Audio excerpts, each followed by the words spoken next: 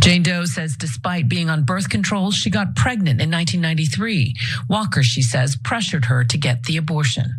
He was very clear that he did not want me to have the child. And he said that because of his wife's family and powerful people around him, that I would not be safe and that the child would not be safe.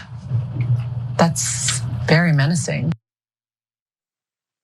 The woman you just heard from is the second woman who has come forward to share details about her relationship with Republican Senate candidate Herschel Walker and the fact that he impregnated her and then pressured her to get an abortion and then essentially paid for the abortion. Very similar to what we heard from another woman who first came out with similar accusations.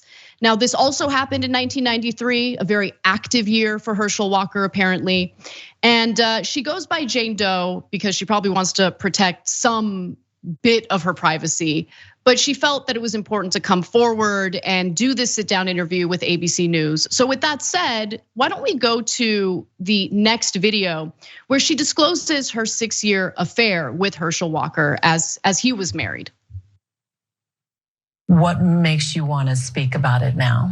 When I saw the first woman come forward a few weeks ago, he immediately called her a liar and said, I never signed anything with the letter H. And I knew I had many cards from him where he signed the letter H. And so I believed then that she was telling the truth. Jane Doe showed us some cards and letters she says she received from Herschel Walker, some signed with a flourish, that H. She says she took this photo of Walker asleep. They had met, she says, in the late 80s when he was married to his first wife, and she says had an affair that lasted 6 years. You know, I have to say both women who have made these accusations against Herschel Walker have provided quite a few receipts. So in this case, Jane Doe produced a voicemail that Walker had left her. And she noted that this is not in any way political. She was actually a Trump supporter and voter.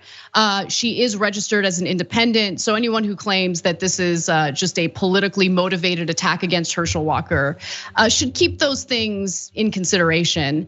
We've got more from the interview, but before we get to that, I wanted to get your thoughts, David. Well, first of all, I don't think, look, somebody's decision to get an abortion or not, I mean, that's up to them and that's not the issue. To me, though, nobody should be forcing somebody to carry their pregnancy to term or threatening and forcing somebody to get an abortion. So that speaks volumes about his character.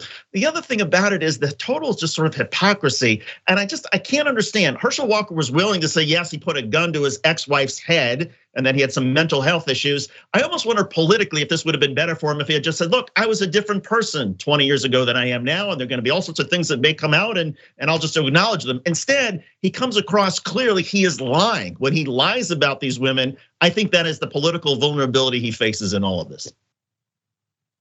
Yeah, I agree with you. I mean, it might have worked if he came out and said, well, I'm changed now. I had my come to Jesus moment, whatever it is. But I actually want to go back to what you initially said about force. Because what's interesting to me is this pattern I see with conservative male politicians who seem to force women to do one thing or another based on what is convenient for them in any given moment. So in the case of Herschel Walker, when it was obviously incredibly inconvenient for him to have, additional children, especially a child from someone he was having a 6-year affair with, he wanted to pressure or force this woman to terminate the pregnancy. When it came to his political career, though, he wants to force the entire country to carry to term pregnancies that they might not want, pregnancies that might actually put their own health in danger, pregnancies that might, deal with a fetus that isn't, forming or developing properly. It doesn't matter what your reason for wanting to terminate a pregnancy might be. Herschel Walker, based on his political aspirations, wants to force women to carry out what the right wing desires in this country. And yeah, when you look at the hypocrisy, when you look at their own practices, when you look at Republican congressmen like Representative Desjardins, who forced his mistress and wife to get abortions, gives you a sense of just how hypocritical they are on these issues. It's just about political power and it's about control. I totally agree. I mean, it's like the means justify the ends. And if you get, some Christian nationals away from the cameras and getting speak off the record, they will say, of course we hate Herschel Walker. Of course what he did is immoral and wrong and et cetera, but we need his vote in the Senate if we're gonna roll back some of the things in this country we wanna do. So for them, to your point, it is all about gaining power. It is about using Herschel Walker essentially as a stooge so that they can roll back abortion, affirmative action, everything else they want to do that is on the conservative agenda. It doesn't matter that Herschel Walker has this checkered past or that he's not an honest person. It only matters to a lot of these people that he might help them gain power. Absolutely, I totally agree with you on that. And I wanted to go to this final portion of the interview where Jane Doe discloses more details about what she experienced, including how Walker went to the clinic with her after pressuring her to terminate the pregnancy. Let's watch. I felt threatened, and I thought I had no choice. She says at first she went to an abortion clinic, but couldn't go through with it. But Walker, she says, talked her into going back with him. He came to my house and picked me up and drove me to the clinic.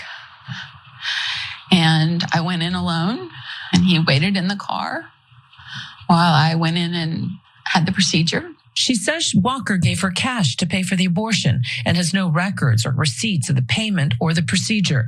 She says after the abortion, everything changed. Everything shifted. He distanced himself from me almost immediately. I mean, honestly, none of this surprises me. What I will say about these women, especially the Jane Doe we heard from in this interview, is that it takes a lot of courage, especially in today's political climate, where we see politically motivated violence, to come out and speak the truth about what you experienced with a Senate candidate who is running on a conservative platform that would do away with the reproductive rights of women across the country.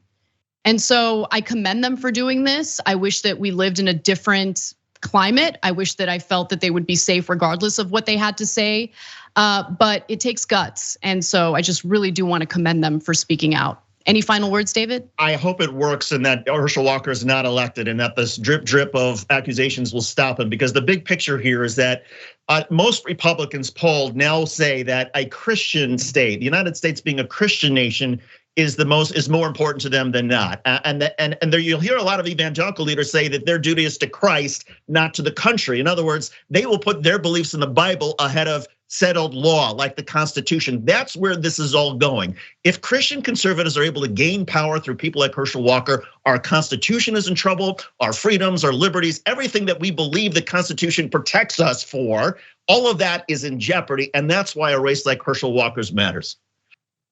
Yeah, I totally agree. I also, look, one final thing I'll say, your point about Republicans wanting the majority in Congress, it just goes to show you that it doesn't even matter if the candidate they're promoting isn't qualified, has all sorts of issues in his or her past. They don't care, because the way they see politics is, if you're part of our tribe, you're gonna bow your head and do what we want. So someone like Herschel Walker isn't celebrated by the Republican Party for being an independent thinker who's gonna look out for his constituents. He's celebrated, much like other Republican members of Congress, as someone who's gonna play ball and vote along with what they demand, regardless of whether it serves their constituents or not. That's the reality of the situation. That's how disgusting our politics has become. That's how much things have regressed. Yeah, so it didn't always used to be this way. There used to be even some shame in some quarters of the Republican Party. It used to be that way. Absolutely.